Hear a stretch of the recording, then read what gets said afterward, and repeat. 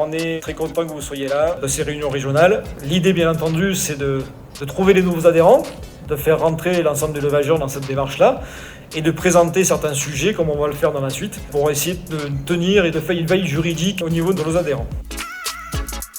UFL 2022, enfin nous pouvons nous réunir dans la vraie vie, en présentiel. Une très belle après-midi aujourd'hui, en ce 16 mars. Un conseil d'administration au début d'après-midi, donc l'organe de direction de l'Union française du levage, classique, suivi d'une rencontre régionale Île-de-France animée par son président Éric Stropiana, Foslev.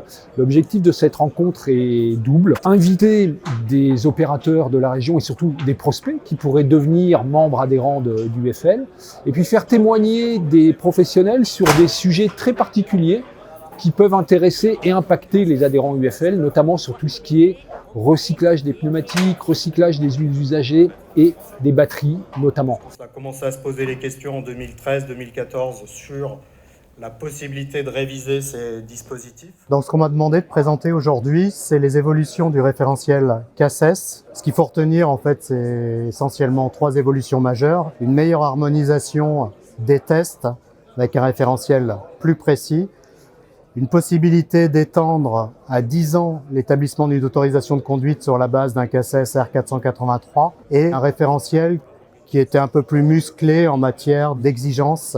Et notamment les organismes testeurs certifiés se doivent d'avoir un centre de déroulement de test avec de bonnes capacités d'accueil des stagiaires. En France, le pneumatique est soumis à une réglementation. Donc si vous importez des pneumatiques ou des engins équipés de pneumatiques, vous répondez donc à la définition de producteur, metteur sur le marché.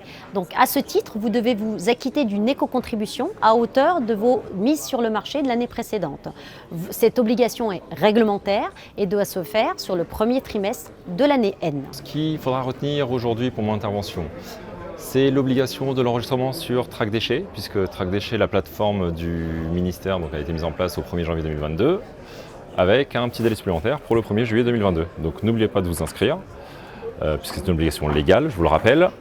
Le deuxième point, c'est la mise en place de la REP des huiles depuis le 1er janvier 2022.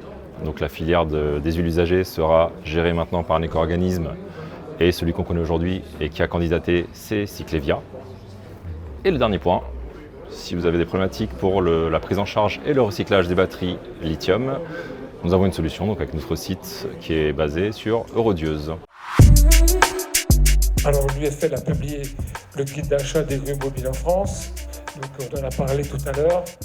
Et enfin, pour finir et compléter cette journée, l'Assemblée Générale UFL qui voit renouveler une partie de son conseil d'administration, qui voit la fin du mandat du président actuel Michel Nicosi qui après 2 ans a souhaité passer la main et qui voit l'élection d'un nouveau président, Éric Stropiana, Foslev, qui a accepté de prendre la suite de Michel Nicosi. Le conseil d'administration donc s'est réuni et j'ai le plaisir de vous annoncer que nous avons tous voté à l'unanimité pour Éric Stropiana pour prendre donc la présidence de l'UFL pour les 2 années à venir.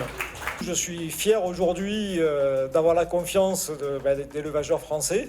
C'est quand même pas gagné au départ. Je suis très heureux d'avoir été élu pour la succession de Michel Nicosi au sein de l'UFL en tant que président. Je vais poursuivre bien entendu les actions engagées jusqu'à présent, avec tout ce qu'on a pu faire au niveau de nos clients, de nos grands comptes, de nos fournisseurs, du comité de normalisation. D'autres projets sont bien sûr en cours et seront portés lors de mon mandat, notamment sur l'extension du guide de l'UFL sur tout ce qui est la partie des bras de grue, bras de levage, et voir d'autres, pourquoi pas d'autres parties, d'autres métiers. Je remercie vraiment tout le monde pour me faire confiance sur ce mandat de 2 ans. Qui j'espère s'arrêtera peut-être pas au bout de 2 ans, on verra, l'histoire le dira, et en tout cas en fonction des actions que l'on aura accomplies et des actions et des objectifs que l'on se sera fixés.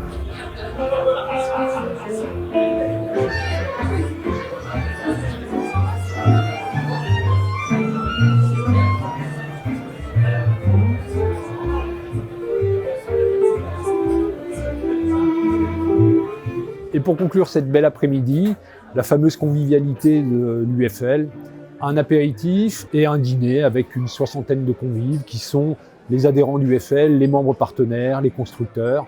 C'est une grande tradition de cette maison. À l'année prochaine.